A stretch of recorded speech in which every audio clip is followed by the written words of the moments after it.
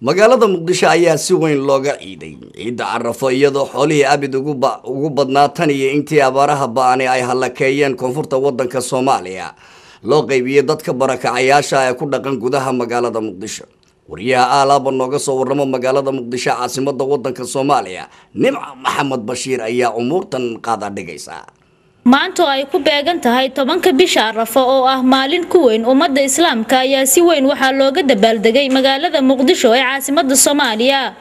wadooyinka magaalada ayaa aroornimadii hore ee saaka waxa soo buux dhaafiyay dadweyne aad u fara badan oo isugu jiray caruur iyo dad waaweyn intaba, iyadoo goobaha laga raaco baabuurta BL-ka ah ay ahaayeen kuwa mashquul ah. sidoo kale masjidada ku yaala magaalada ayaa waxa buux dhaafiyay dadweyne aad u fara badan oo doonayay inay gutaan tukashada salaada ciida. masjidada sida aadka ah loo soo buux dhaafiyay waxa kamid ahaa masjidka weyn ee isbahaysiga Islaamka oo ay ku tukadeen kumanaan ruux oo uu kamid ahaa madaxweynaha Jamhuuriyadda Soomaaliya Sheekh Shariif Sheekh Axmed iyo mas'uuliyiin ka tirsan dawladda Soomaaliya.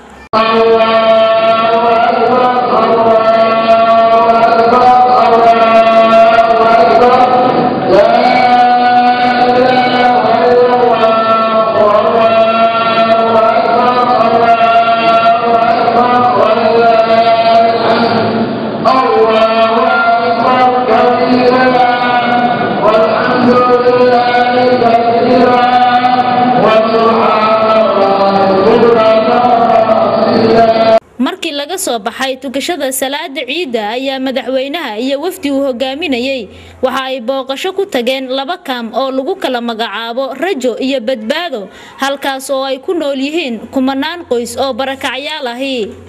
waxaana madaxweynuhu uu booqashadiisa ku hormariyay kaamka Rajo iyo xarun cusub oo ku taala agagaarka deegaanka Jasiira oo aan ku aragnay xoolo aad u fara badan oo loo diyaariyay dadka barakacayaasha. wuxuuna madaxweynuhu warbixin kaga dhageystay halkaasi mas'uuliyiin ka socotay dawladda Turkiga oo goobta ku sugnaa. madaxweynaha Jamhuuriyadda Soomaaliya Sheekh Shariif Sheekh Axmed ayaa booqashadan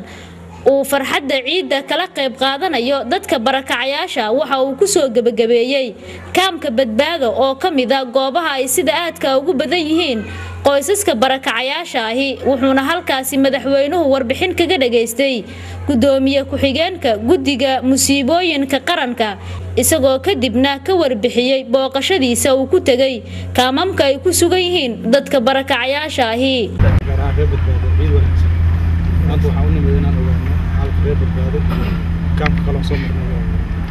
Rajo marka runtii muuqaalka aan ku soo aragnay iyo warbixinta uu nasiib gudoomiyaha aad ugu faraxsanahay. bani aadamku hadii uu dadaalana Ilaahay subhanahu wa ta'ala natiijo u tusay. dadkii aan wada ogeyn inay dhibaataysanayeen walaalaheena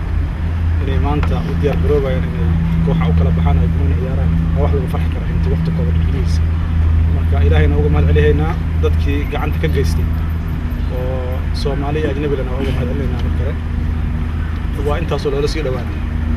oo dadaalka la sii farabadiyo maxay la waajib nasaaran waa waajib diini ah waa waajib qaran waa waajib yani dadnimo iyo dalnimo qof walba inuu gacan ka qaato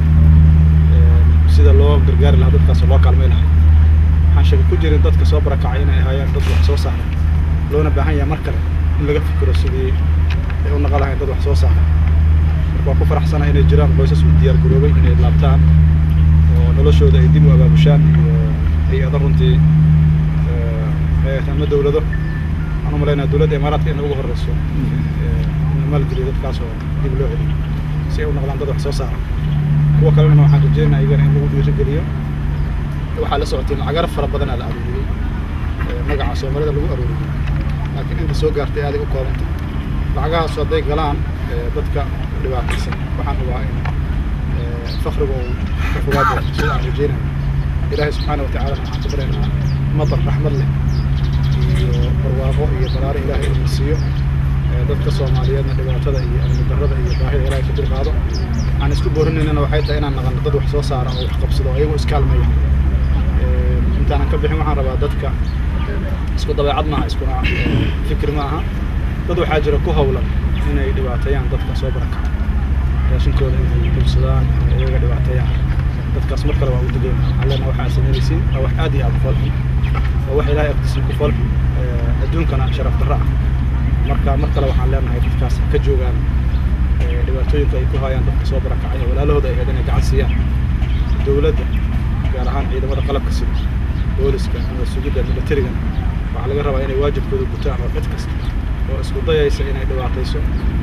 dadka soo barakacay iyo dadka shacabka guud ahaan waxa ka ganacsato raashinkooda ama si kale hawada waxay inay tilaabo ka qaadaan shacabka rabaa codsanaya inay gacan ka geystaan oo cid kasta ay arkaan inay arrintaas ku hawlan tahay inay soo sheegaan هذه أدوار ما سنتين عيدا وحنا رجينا أيضا